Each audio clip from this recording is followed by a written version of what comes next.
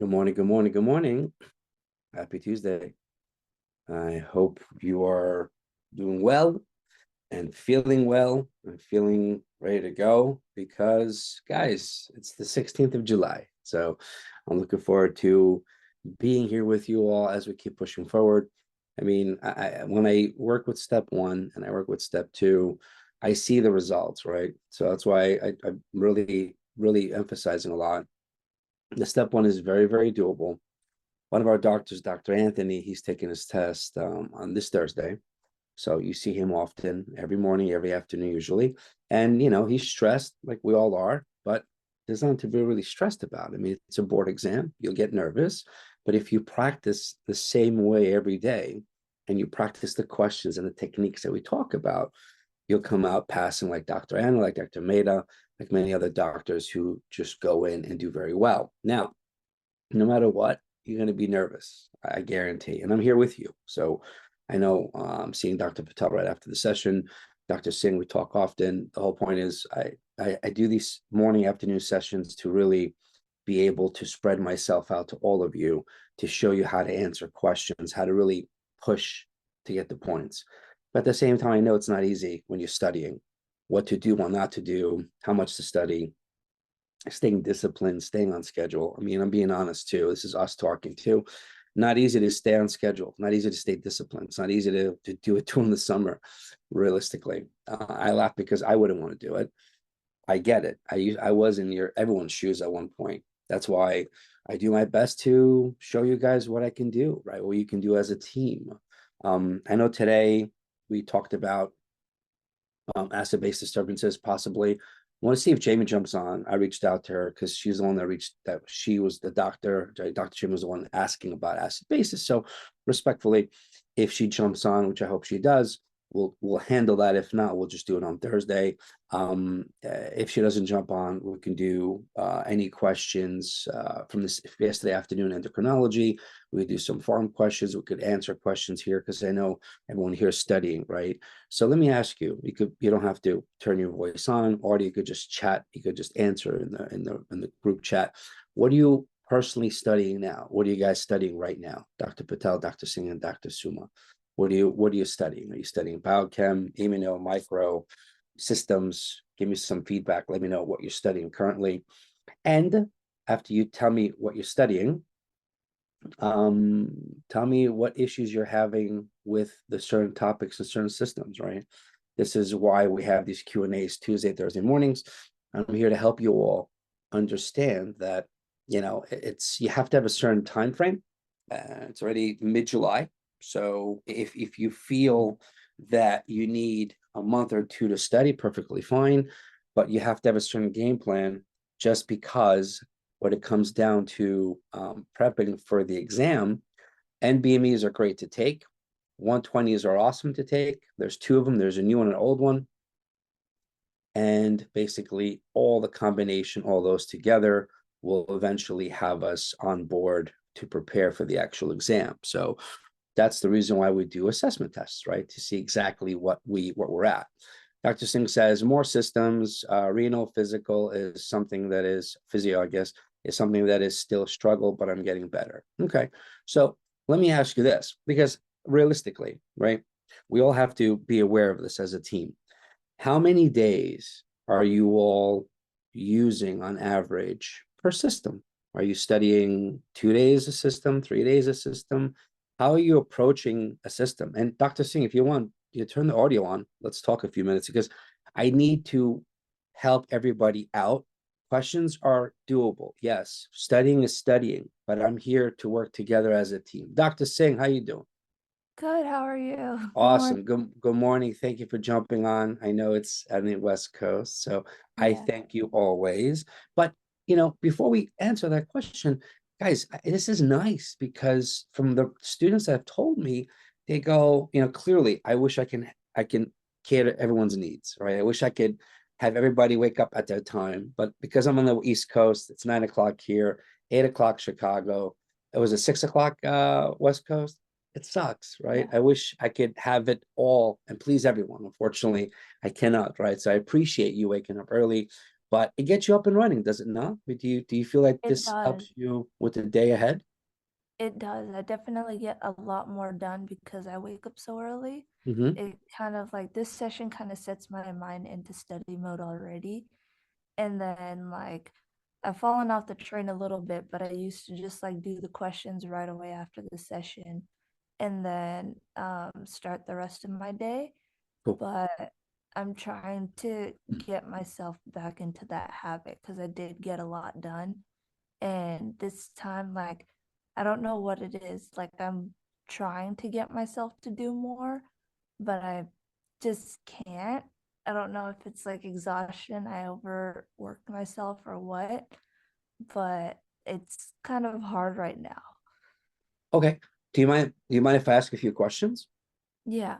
I mean, because we're a team, we're a community, and the reason why I love these Q&As, especially when we're able to do that, is you have to understand, guys, if I talk to you individually, it takes more time on my end, and B, I usually find myself answering the same questions to the majority of people. So it's nice to have an open forum to say, well, okay, maybe if I answer Dr. Singh's question, that could actually be answering other people's concerns too, and vice versa, right? This is why we have a community. That's why you guys go to Reddit and other forums to see if we can all learn together.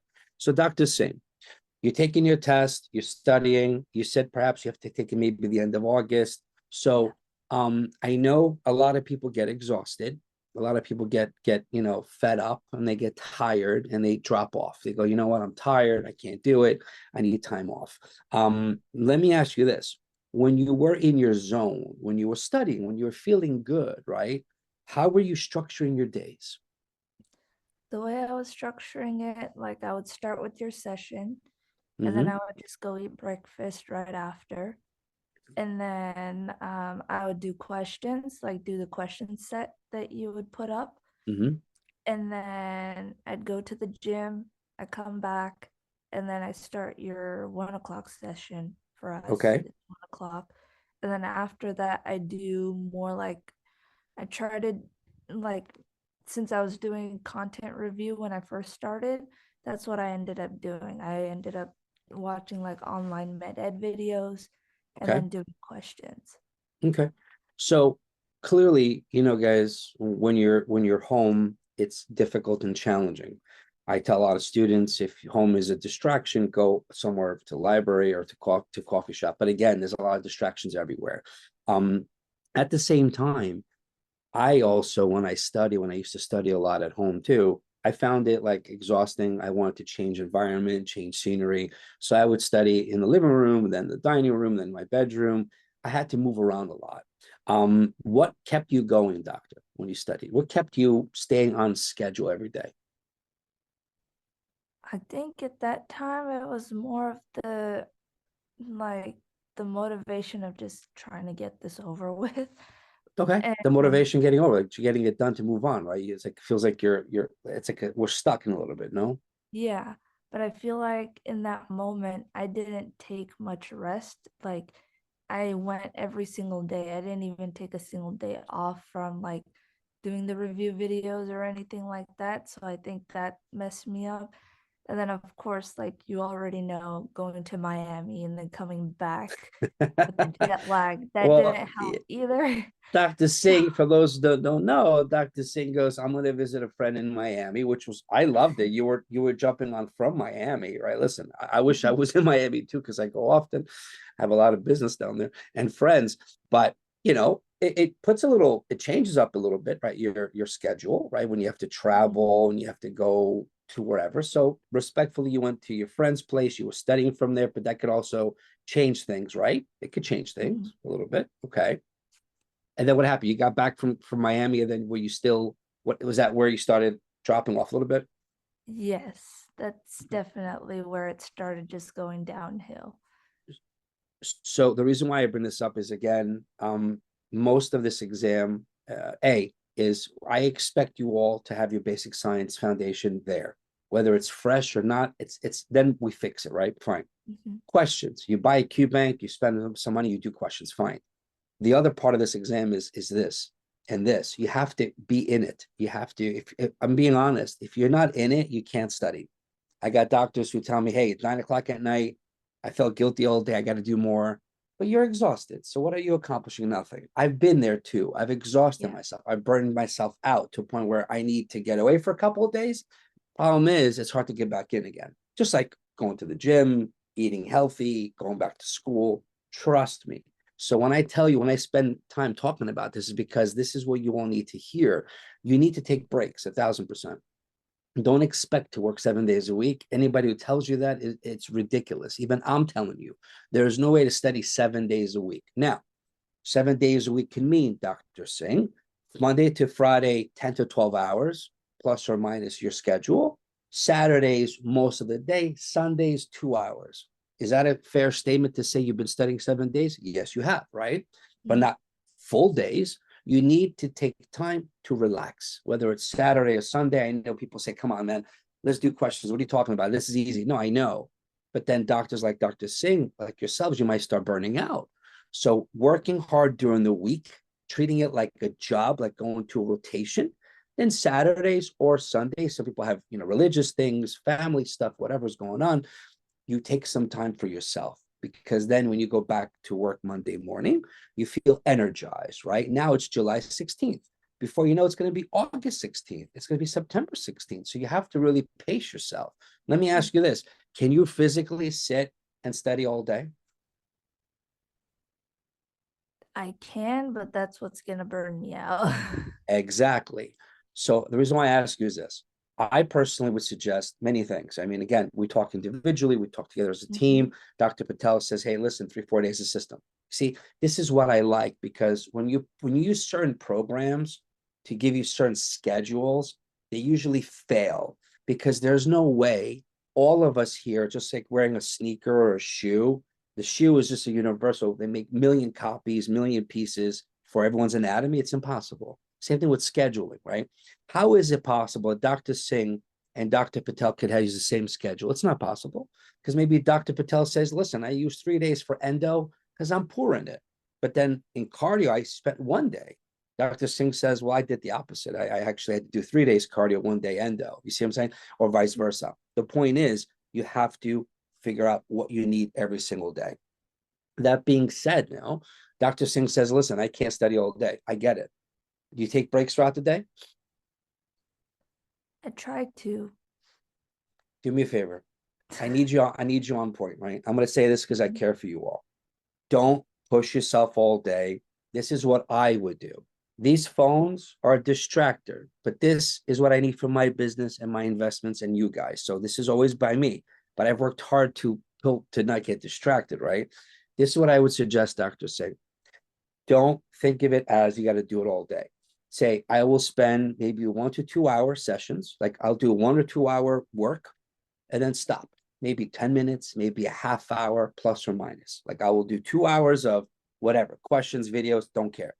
At the end of 2 hours, put a timer on, whatever. You hear the timer, the alarm, stop. Do whatever you want to do. Sleep, relax, YouTube, go, whatever you want to do. Then you come back and you have to put a timer on, right? Come back again. The reason why I say that is because when I was studying, a lot of students that I work with currently, they study all day long. What they do is sit in their chairs, they study, they YouTube, they surf, whatever. Next thing you know, they're sitting in a room 10, 12 hours, but they're not studying 10, 12 hours, right? So what I typically tell all my students, I'm like, listen, use 1 to 2 hour increments. After 2 hours, pull away for a half hour, do whatever you want. Come back a half hour later, do another 2 hours. Then when your 2 hours is done, now you've studied for 4 hours, preferably uninterrupted, right? 4 hours of solid studying. No mom, no dad, no phones, no, just you. You also had an hour break, half hour between sessions, right? Now you say, okay, I've done 4 hours, take a nice hour lunch, relax. Again, whatever you want to do. I don't care if you go and sleep for an hour or whatever. At the end of the day, you'll realize you've done 3 to 4 sessions. Each session is about 2 hours, right? So if you did 4 sessions, 2 hours, that's 8 hours of really good work, not consistent, not continuous, but solid material studying. At the same time, you had time to go to the gym, to sleep, walk your dog, walk your cat, walk your lizard, walk your horse, whatever you got, you're walking somewhere doing something. Because I'm telling